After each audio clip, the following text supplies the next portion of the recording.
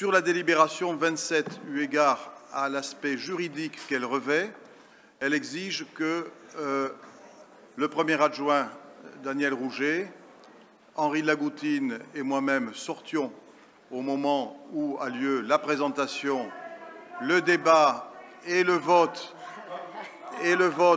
de la délibération. Et donc, je vais demander à Laurence Harribagé, nonobstant les perturbations des professionnels de la perturbation, de prendre la présidence de séance pour la délibération numéro 27 du chapitre 3. Ok, c'est bon. Sacha Briand, est-ce que vous pouvez présenter la 327, s'il vous plaît? Merci, Madame la Présidente de séance. Il s'agit donc d'une délibération portant protection fonctionnelle de M. Henri de Lagoutine dans le cadre d'une procédure pénale instruite en raison d'une plainte déposée par un agent municipal, Mme Lorient, pour accès illégal à des données médicales et divulgation de ces données. Je précise naturellement qu'il s'agit de la nature et de la portée de la plainte et que, naturellement, les faits ne sont pas établis. Dans ce cadre-là, M. Lagoutine étant mis en cause, il est proposé au conseil municipal d'accorder la protection fonctionnelle. Est-ce qu'il y a des questions sur cette délibération? C'est moi qui dis ça, c'est moi qui dis ça, Sacha. C'est moi qui dois dire ça. Madame Morin, donc on vous écoute. Donc, Monsieur le maire, mesdames, messieurs et chers collègues, nous allons parler ici d'une affaire qui est grave. C'est la divulgation du secret médical d'un agent, par un élu. Alors, il est nécessaire ici de rappeler ce qui est arrivé à Monique Lorient. C'est une ancienne agente de la mairie de Toulouse, pour laquelle Médiacité a fait un article en février 2022. À 59 ans, en 2014, Monique Lorient a tenté de mettre fin à ses jours dans les locaux de la mairie de Toulouse. Cette ancienne coordinatrice de l'Office de la tranquillité, qui est entrée à la mairie en 1999, après 23 ans chez le même employeur, a fait partie des effectifs jusqu'en 2016, soit 17 ans de la collectivité.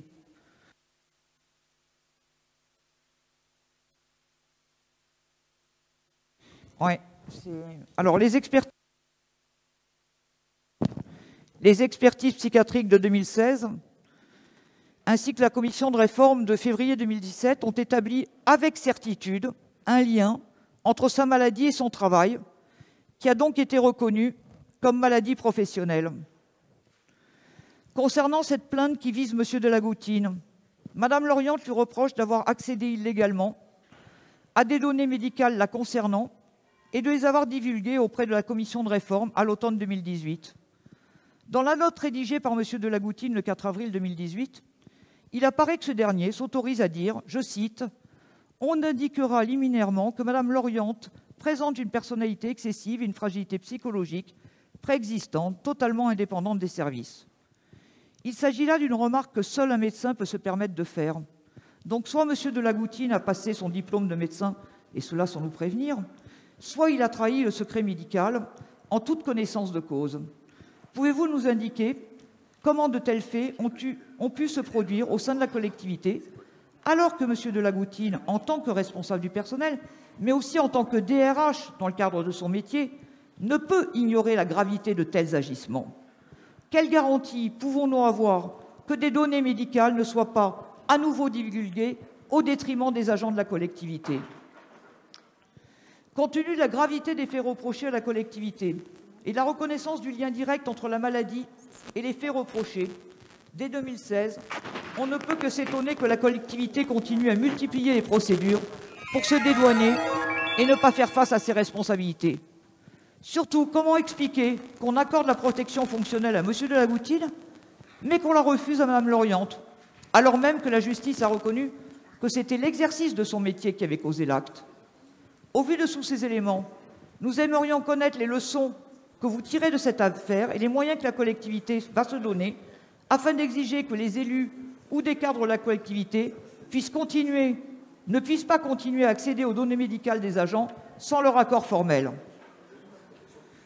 Par ailleurs, les réponses apportées par la collectivité à nos questions lors du Conseil du 1er avril Quant à l'absence des documents autorisant la collectivité à rester en justice ou à se défendre contre Mme Loriente, sont restés sans réponse satisfaisante. À notre connaissance, il y a un problème en matière de transparence, puisque le conseil municipal n'a pas connaissance de l'ensemble des décisions d'ester en justice, de la mairie. Madame Morin, est-ce que vous pouvez conclure, s'il vous plaît? Écoutez, madame, vous m'avez obligé à introduire mon propos pour parler non, des questions. Vous avez eu le temps de parole. finir. Vous avez eu votre temps de parole. Vous avez dépassé de plus d'1 minute. Est-ce que vous pouvez conclure, s'il vous plaît?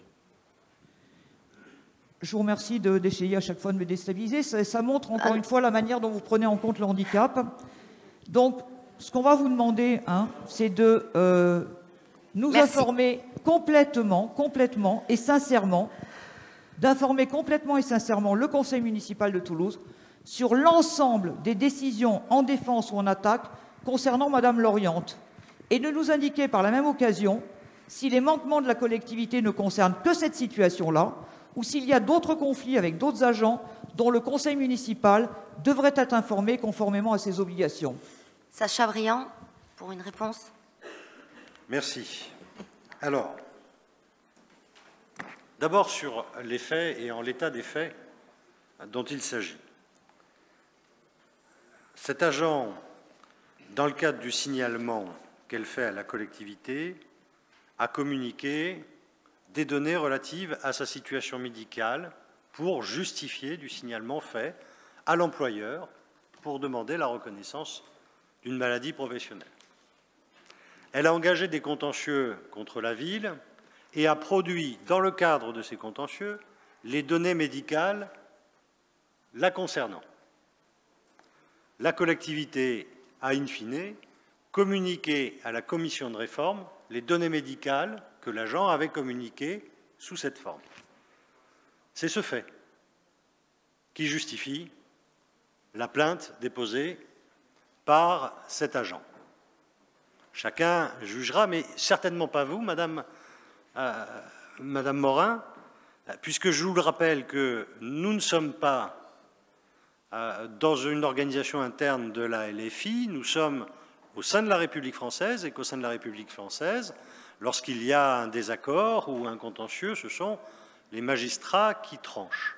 Ils diront si le fait pour la collectivité d'avoir communiqué le dossier médical d'un agent qu'il a lui-même communiqué à la collectivité pour que la commission de réforme puisse statuer est de nature à emporter la violation du secret médical.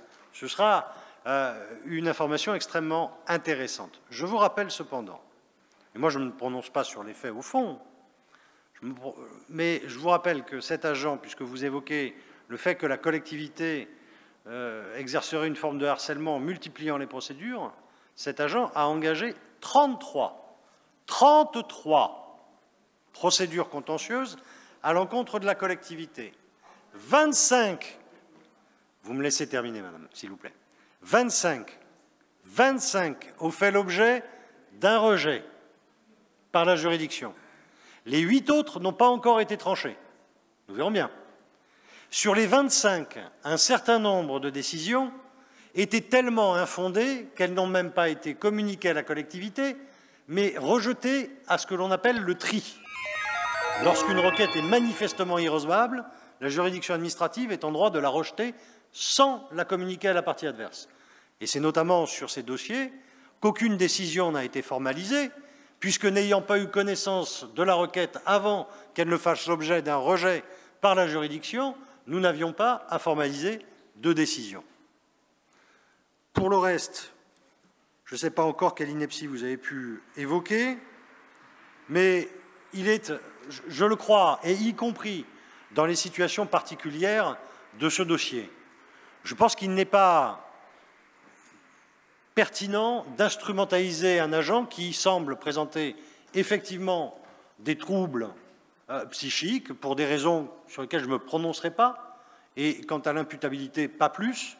Il y a des juridictions et des comités qui sont responsables de cela, mais je pense qu'il n'est pas très raisonnable d'instrumentaliser cette situation pour tenter de donner une résonance à quelque chose d'aussi douloureux pour l'agent, à n'en pas douter, et d'autant plus douloureux que les actions, en l'état, ont été systématiquement rejetées par la juridiction. Et enfin, dernier point, puisqu'il s'agit d'accorder la protection fonctionnelle à M. de Lagouttine, vous reprochez à la collectivité de l'avoir refusé à l'agent.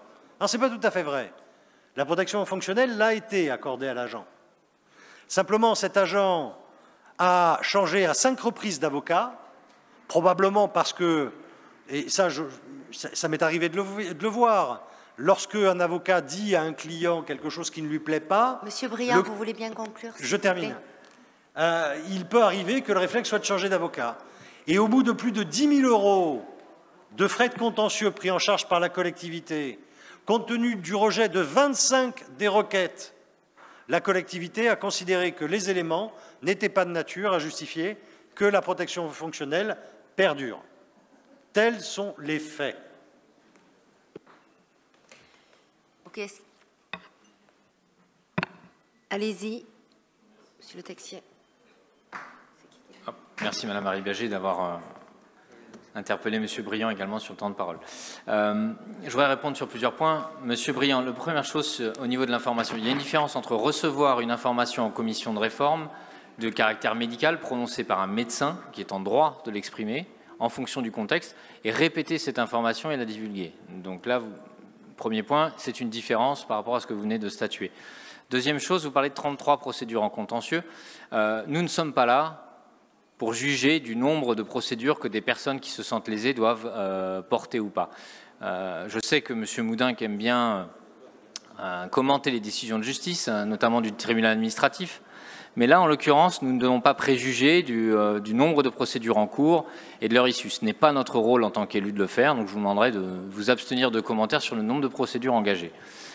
Troisième chose, sur la symétrie de défense, de la même manière, sur la protection fonctionnelle, quand la justice décide de dire que les conséquences sur la vie de Mme Loriente dépendent du travail, nous devons être solidaires de nos agents quand il est démontré que c'est les conditions de travail dans notre collectivité qui sont en jeu. Donc de la même manière, vous pouvez déplorer des changements d'avocats, mais je considère que nous n'avons pas à juger de ces changements-là et que nous devons rester solidaires d'agents puisque nous sommes la cause en tant que collectivité, ça a été démontré par la justice, de la problématique. Voilà. Quant à l'instrumentalisation, Monsieur Briand, si vous voulez bien m'écouter. Monsieur Briand. Ah, c'est peut-être un... Ah, très bien, merci. Un petit propos sexiste, je note, intéressant.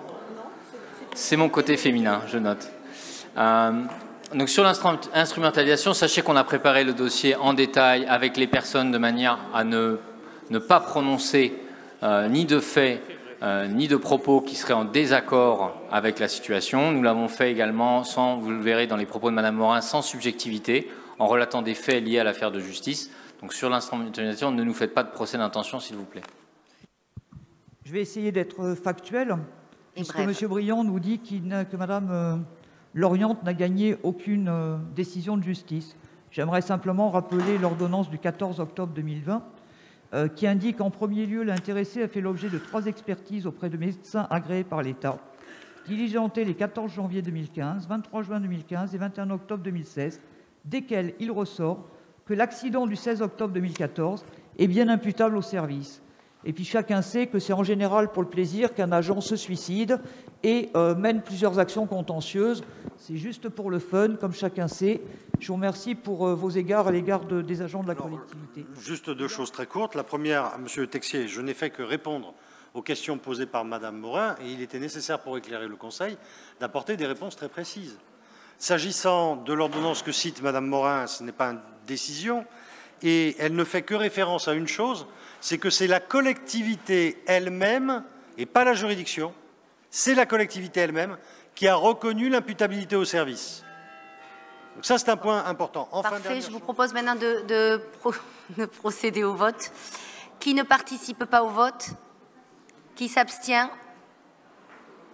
Ah, qui s'abstient? Vous abstenez plus? On recommence. Qui ne participe pas au vote? Ah. Qui s'abstient? Qui vote contre? La délibération est adoptée.